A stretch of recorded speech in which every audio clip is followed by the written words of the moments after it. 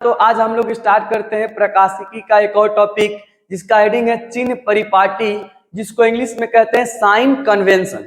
Sign convention यानी चिन्ह परिपाटी में हम लोग पढ़ने वाले हैं कि कौन दूरियां कब धनात्मक ली जाती है और कब ऋणात्मक ली जाती है, दूरियां कहाँ से मापी जाती है, वस्तु को कैसे रखा जाता है, कहाँ रखा जाता है, किस स्थिति में वैल्यू धनात्मक लिया जाता है, ऋणात्मक लिया जाता है।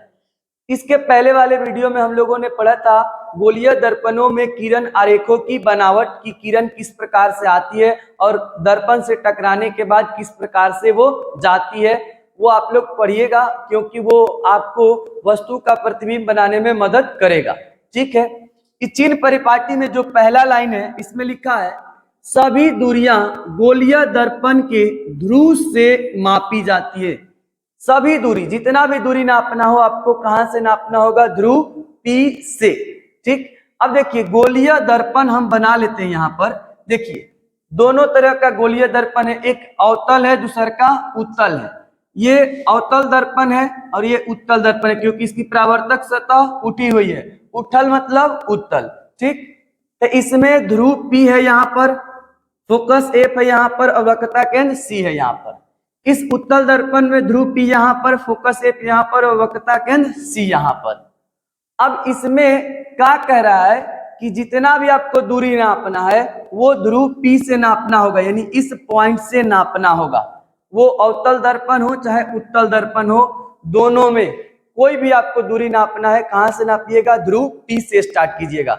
दूरी नापने के लिए स्टार्ट करते हैं ना, कहां से लिया जाए भाई, पॉइंट नापते नापते जाना है, तो स्टार्टिंग कहां से करना है, ध्रुव P से।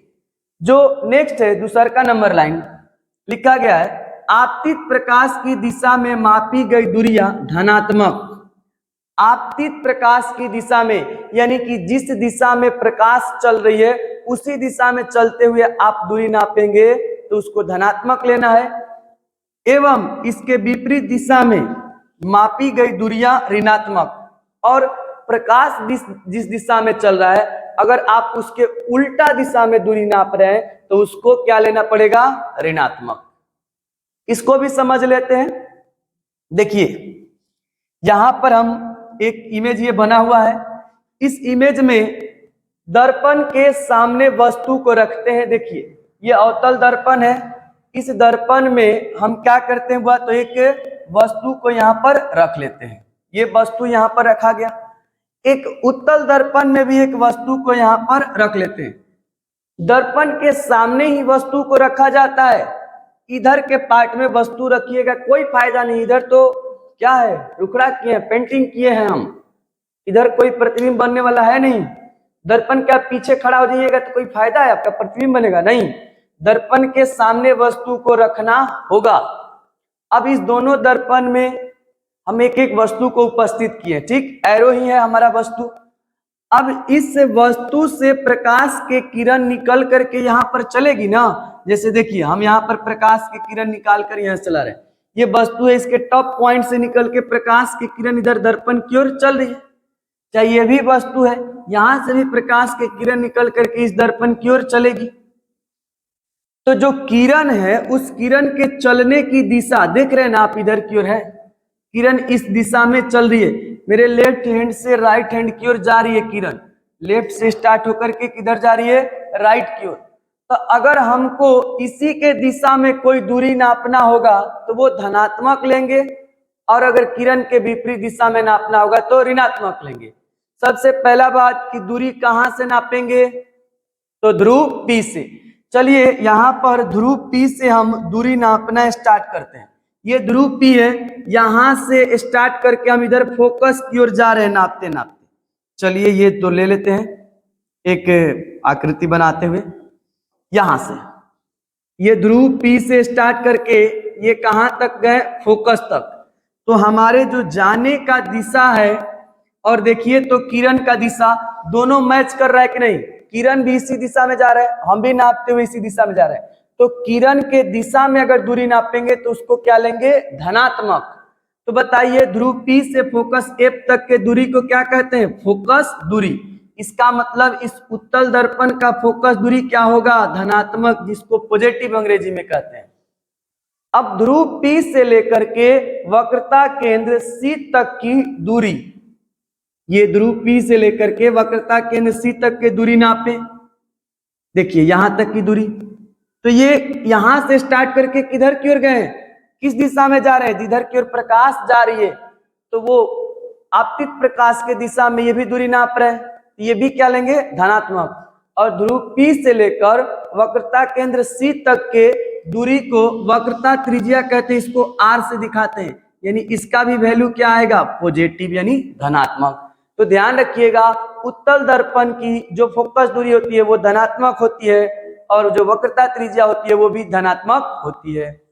अवतल दर्पण में आते हैं, ये वस्तु है, इससे निकल के प्रकाश इधर की ओर चल रही है, ये ध्रुव P है, इस ध्रुव P से हम फोकस F तक की दूरी को अगर नापते हैं, यहां तक की दूरी को, इसको फोकस दूरी कहते हैं। और ये देखिए वह प्रकाश के जो किरण है इधर की ओर जा रही है, हम P से इधर की ओर नाप रहे हैं, तो किरण के विपरीत दिशा में नाप रहे हैं कि नहीं, जो आपतित किरण है ये दर्पण पर आ रही है किरण, उसके हम विपरीत नाप रहे हैं, तो ये विपरीत दिशा में नापी गई दूरियां ऋणात्मक ली जाती है, इसका मतलब अवतल दर्पण का फोकस दूरी ऋणात्मक होगा।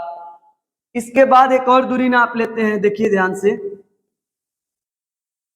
ये ध्रुव P से वक्रता केंद्र C तक के दूरी को वक्रता त्रिज्या कहते हैं। और ये भी जो नाप रहे हैं हम, ये जो आपतित किरण है, जो किरण दर्पण पर आ रही है, ध्यान से देखिए, ये किरण दर्पण पर आ रही है, ये आने वाली किरण के हम विपरीत नाप रहे हैं, तो इसका जो वक्रता त्रिज्या होता है वो भी क्या होगा, वह माइनस यानी निगेटिव में होगा, यानी ऋणात्मक होगा। ये दो चीज समझे, यहां पर हम लिख भी दिए, आप ध्यान से एक बार इसको पढ़िए।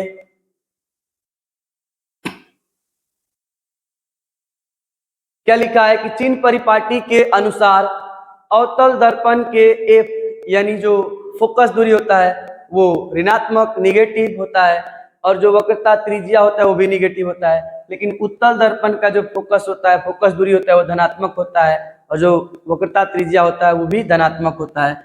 इसको निगेटिव का मतलब क्या कहते हैं, वह ऋणात्मक, यहाँ पॉजिटिव का मतलब क्या कहेंगे, धनात्मक। और भी कुछ पॉइंट समझते हैं इसमें, देखिए, और आगे इसमें तीसरा जो नियम लिखा है, क्या लिखा है, प्रधान अक्ष के ऊपर अनुप्रस्थ दूरियां धनात्मक एवं नीचे अनुप्रस्थ दूरियां ऋणात्मक मानी जाती है। अब देखिए, प्रधान अक्ष के ऊपर अनुप्रस्थ दूरियां और प्रधान अक्ष के नीचे अनुप्रस्थ दूरियां क्या होता है ये समझ लेंगे, ऊपर वाला धनात्मक नीचे वाला ऋणात्मक होता है, ये भी समझ जाएंगे इसी आकृति के माध्यम से।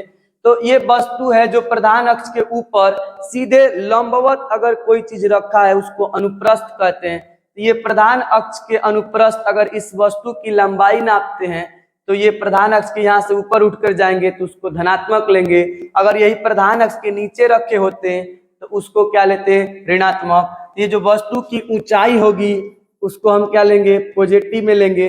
अगर यही वस्तु सपोज मान लेते हैं कि नीचे की ओर रखे होते हैं तो इसके ऊंचाई को हम क्या लेते हैं, ऋणात्मक लेते हैं, क्योंकि चिन्ह परिपाटी में यही लिखा गया है कि प्रधान अक्ष के ऊपर अनुप्रस्थ दूरियां धनात्मक एवं प्रधान अक्ष के नीचे अनुप्रस्थ दूरियां ऋणात्मक मानी जाती है।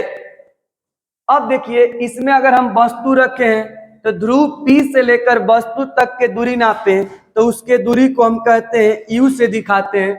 वस्तु दूरी के किससे दिखाते हैं, U से।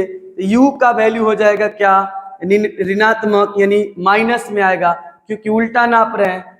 इसके बाद इसमें हम अगर वस्तु के दूरी को नापे तो इसमें भी U का वैल्यू जो होगा वो क्या होगा, ऋणात्मक होगा, क्योंकि ध्यान से देखिए, वस्तु से किरण इस दिशा में जा रही है और ध्रुव P से जो हम दूरी नाप रहे हैं इस दिशा में नाप रहे हैं, इधर भी वस्तु से किरण इस दिशा में जा रही है और ध्रुव P से जो दूरी नाप रहे हैं इस दिशा में नाप रहे हैं, इसलिए इस वस्तु के दूरी को दोनों दर्पण में हम ऋणात्मक लेंगे।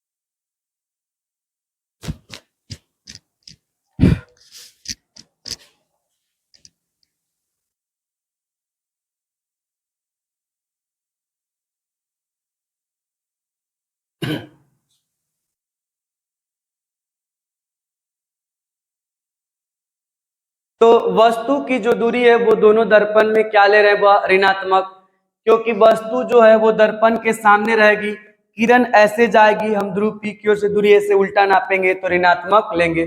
अब प्रतिबिंब कैसे बन रहा है, कहाँ बन रहा है, उसके हिसाब से उसकी दूरी लिया जाता है कि वो धनात्मक होगा कि ऋणात्मक।